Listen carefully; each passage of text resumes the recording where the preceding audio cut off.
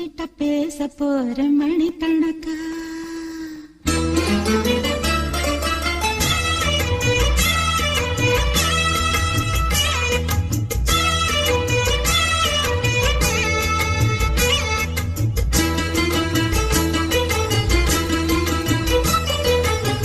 புது வளையல அரைச்சி